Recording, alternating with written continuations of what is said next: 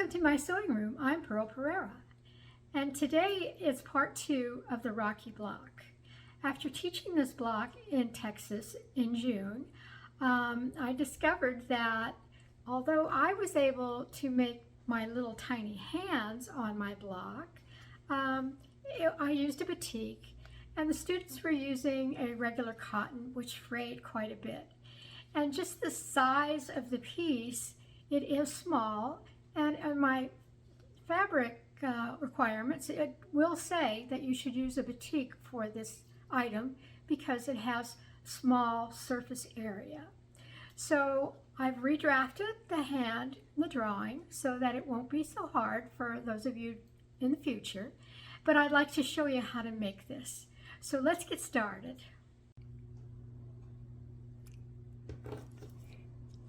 Okay, this is the Rocky block, and here are his hands.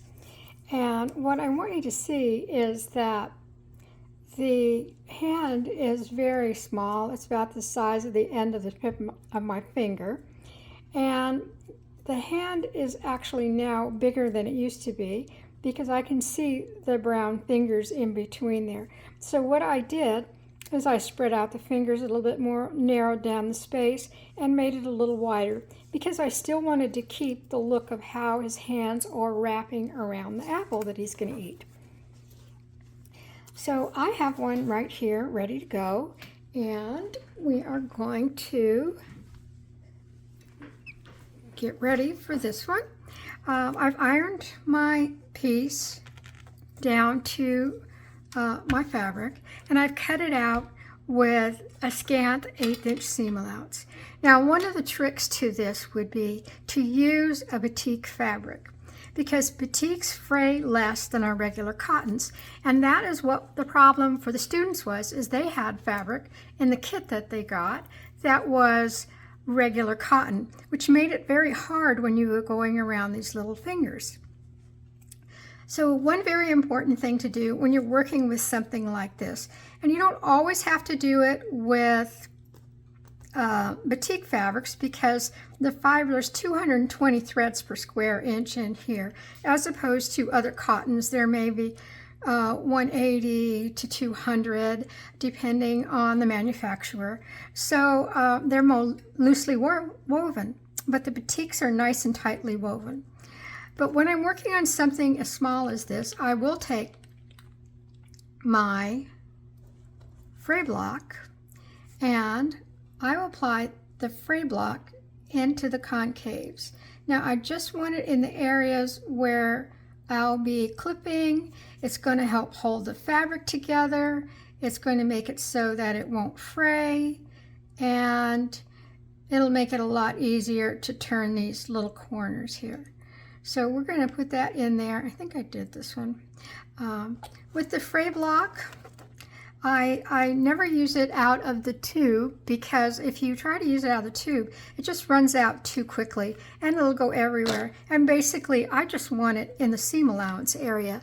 I don't want it all over my piece. I don't want it on the front side of the fabric. I just want it in the seam allowance area where it will not be seen. The only time you ever can really see it is if it's a black fabric. It may leave a slight shine on that fabric. Let me get my scissors. So we have a concave here, and I'm going to start by clipping this concave. And my general rule of thumb is I clip the distance of the thickness of my stiletto away from the paper. If you're looking for something for your stiletto, this is a knitting needle tip, and I use those to protect the end of my stiletto. But my rule is usually that you keep your clips the thickness of the distance of your stiletto, the width of your stiletto away from the paper. And once you do that several times, you will get to know exactly how far away that is from the paper.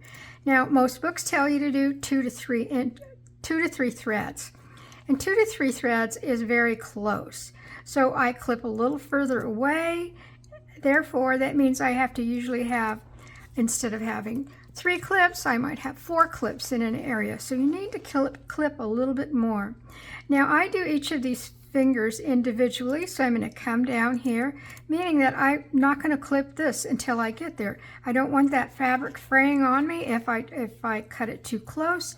I just want it to be in its whole pristine state right now, and I just want to clip my seam allowance. Now, one of the things that most of the students had the biggest problem with is these little tips of these fingers, which can be very challenging. Now, you need a scant 1/8 of an inch seam allowance, and I'm not going to put anything on there right now, but I will show you how to do it when I do the second finger, adding a little bit of fray block on there. Now, it doesn't matter what type of brush that you use when you're working. I like the Bowen, call it a water brush. I call it a starch brush because that's all that I ever put in here is my starch. So I'm just going to squeeze it, and it's so nice. I got myself a new one because my old one was not working very well, and it was getting clogged up, and it had been about 2.5 years old, and I decided that it was time to retire that one and get another one. So when I'm going around things that are convex, I'm gathering with my stiletto. When they're concave, I'm using the iron. Now, it doesn't matter which you use. You can use the water brush, or you can use the starch brush. My water brush, I actually just call it a starch brush because that's all I put in it. I'm using the Small Sherry's Cool Tool Iron, which I just love.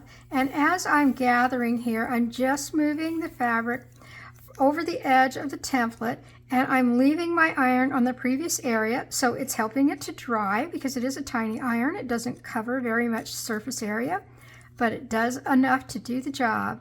So as I'm working forward, I'm moving the fabric over the template here, and I'm letting it dry back here. So once I get to a certain point, I will go ahead and rotate this. I do like to put a pin in here, and usually I have a shorter pin. I don't seem to have one handy. Oh, let me see if I can find one here. And the reason for the shorter pin is that it's easier to see over, and you don't get caught up in, you know, what, like with your watch or anything, okay, or your clothing. So here in this area right here, this is a concave, and I'm just going to get that damp, and I'm going to pull my seam allowance up over the edge. Now, when it comes to the concave, the nice thing is that I can just let the iron do the work for me. I scoop up from underneath, and I push it up over the top, and then I just move forward. And now we're getting into the area of these little fingers. Now, I'm going to try to keep this video a little shorter.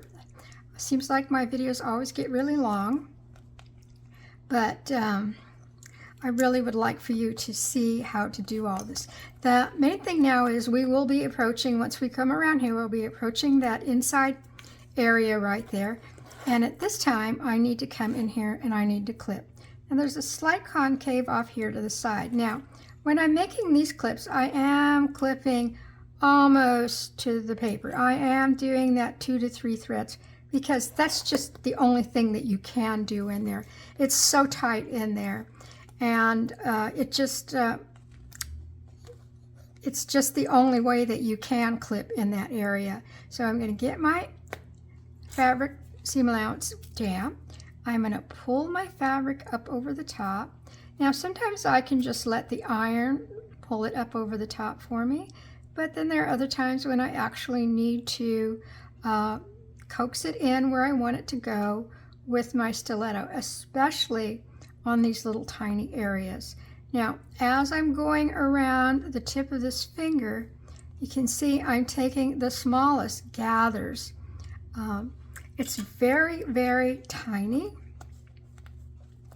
and I just really wanted them to have little tiny hands like they really have in real life.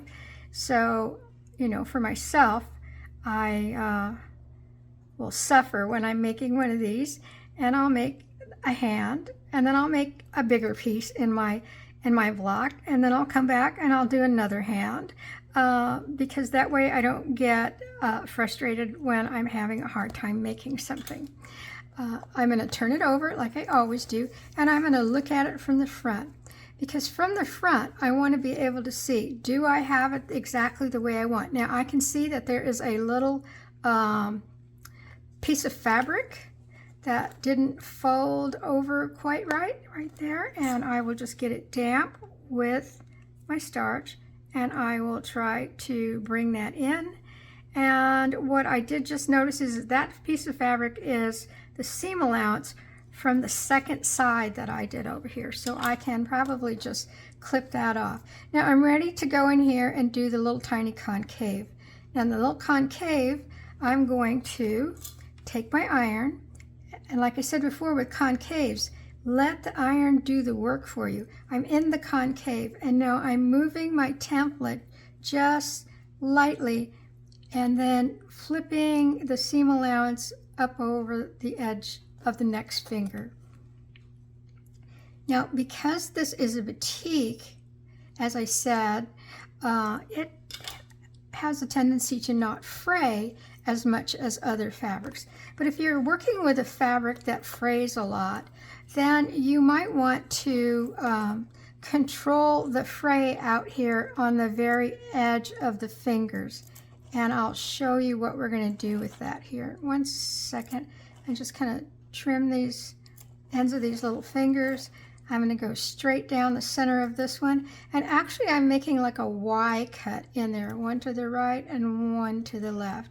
And then if it has any kind of concave at all in it, doesn't really have one on that side. Over here on this next upcoming finger, I needed to trim away a little bit of the seam allowance.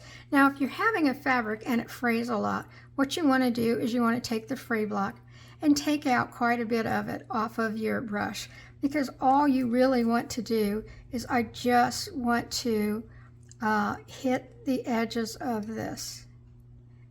And they don't even have to be that damp. It's just controlling all those little fibers on the end.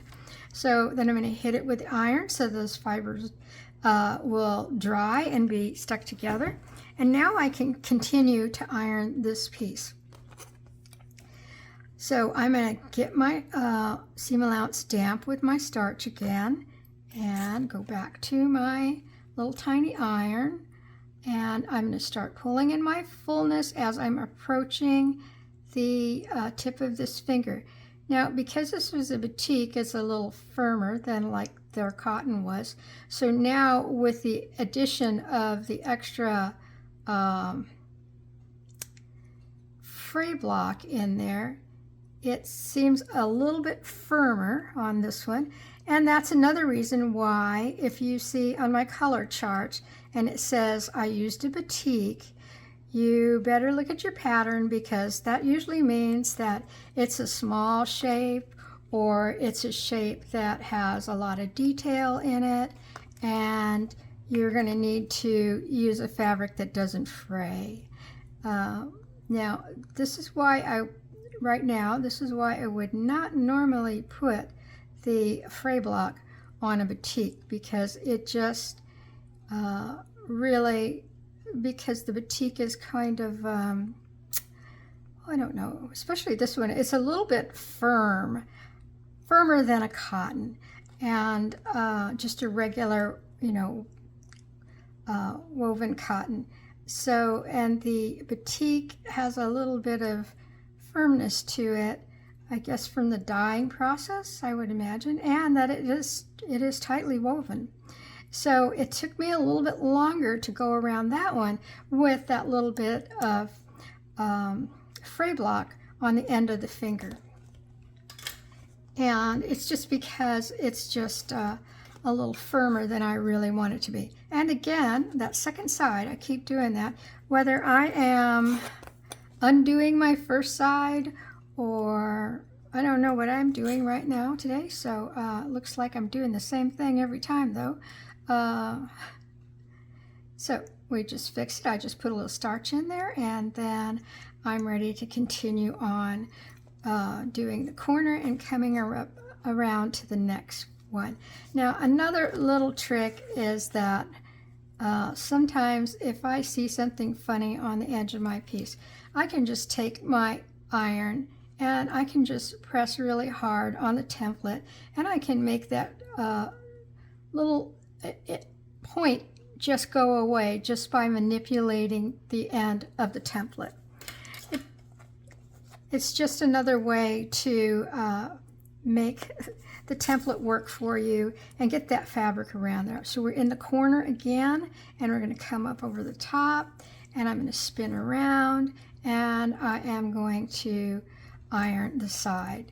Now, this is how I did the hands on my original, but my hand was a little bit smaller than this one, so it actually took me a little while to go around those. And I will tell you that it'll take you a little while to go around those. And the main thing is, use a batik for this. But if you're like me and you like the piece of fabric and you want to use that piece of fabric, go ahead and apply a very slight amount around the tip of that finger. You will notice the difference when you do it. And on these little fingers, you usually uniron the area you previously ironed. They do have a full seam allowance. It's more like a 1/16 of an inch, but it's working and we're getting it done. So I just wanted you to know that these are I think the hardest thing on this block, and I hope that this little tip will help you when you're making Rocky's little hands. And I'm just going to finish ironing this one, but I just wanted to show you how it is to iron those little tiny areas like that. And I have a nice folded seam allowance all the way around. So I hope that this will help you. I look forward to seeing you in the next video, and look for more videos on the blocks for the new quilt called Into the Woods as I post them. Thank you. Keep stitching.